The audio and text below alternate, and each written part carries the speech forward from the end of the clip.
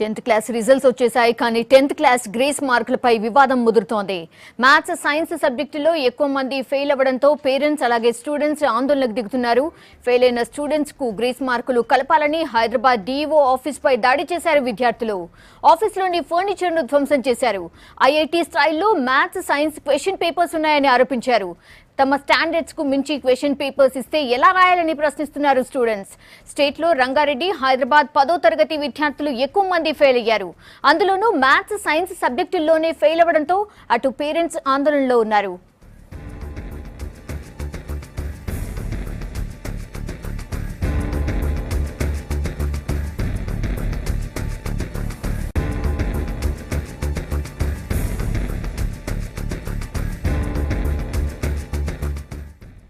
అలాగే ప్రభుత్వం తీసుకొచ్చిన సీసీఈ విధానంపై ప్రతిపక్షాలు విద్యార్థుల నుంచి విమర్శలు వినిపిస్తున్నాయి. అయితే ఫెయిల్ అయిన విద్యార్థులు నష్టపోకుండా గ్రేస్ మార్కులు కలపాలని వస్తున్న డిమాండ్ పై క్లారిటీ ఇచ్చారు కడియం. ప్రస్తుతానికి గ్రేస్ మార్కులు కలిపే ఆలోచన లేదన్నారు.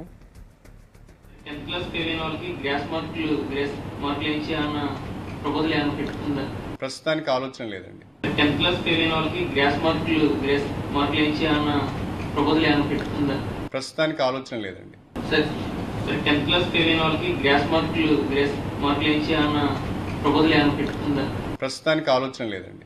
10th క్లాస్ ఫెయిల్ అయిన వాళ్ళకి గ్రేస్ మార్కులు ఇచ్చి అన్న ప్రపోజల్ ఏమైనా పెట్టుకుందా? ప్రస్తుతానికి ఆలోచన లేదండి.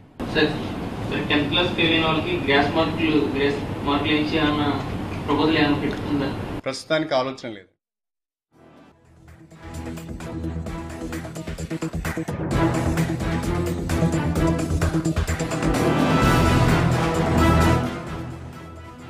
ప్రభుత్వ వర్షన్ అలా ఉంది. కానీ ప్రభుత్వం తీసుకొచ్చిన సీసీఈ విధానంతో లక్షలాది మంది 10th విద్యార్థులను నష్టపోయారన్నారు టీడీపీ ఎమ్మెల్యే వివేకానంద. అవగాహన లేని నిర్ణయాలు తీసుకుని విద్యార్థులను రోడ్డు మీద పడేశారని మండిపడ్డారు. సీసీఈ విధానంపై విద్యార్థులకు, టీచర్లకు అవగాహన కల్పించకపోవడం వల్లే చాలా మంది స్టూడెంట్స్ ఫెయిల్ అయ్యారన్నారు వివేక్. ప్రభుత్వము అనాలోచిత విధంగా సరైన అధ్యయనం లేక మరి కొత్తగా గొప్పలకు పోయి ఏదో మార్పు తీసుకురావాలా, ఏదో సాధించాలన్నటువంటి ఉద్దేశంతో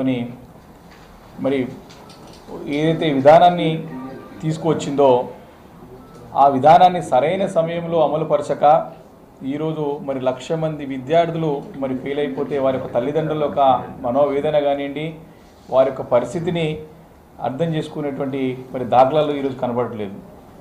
కంప్లీట్ కాంప్రిహెన్సివ్ ఎవాల్యుయేషన్ మెథడ్ ఏదో చాలా బ్రహ్మాండమైనటువంటి మెథడ్, చాలా అవసరమైనది విద్యార్థులకి. పోటీ ప్రపంచంలో ఈ యొక్క గ్లోబల్ ప్రపంచీకరణ అయిన తర్వాత కూడా అన్నీ కూడా ఓపెన్ కాంపిటీషన్ అయ్యే సమయంలో మంచి విధానమే.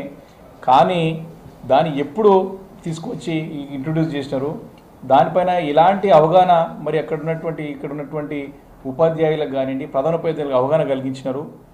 అవన్నీ కూడా సరైన సమయంలో చేయక ఈరోజు ఈ యొక్క విద్యార్థులందరూ కూడా ఫెయిల్ అయిపోయి రోడ్డు పడినటువంటి పరిస్థితి మనం గమనించాల్సిన అవసరం ఉన్నది.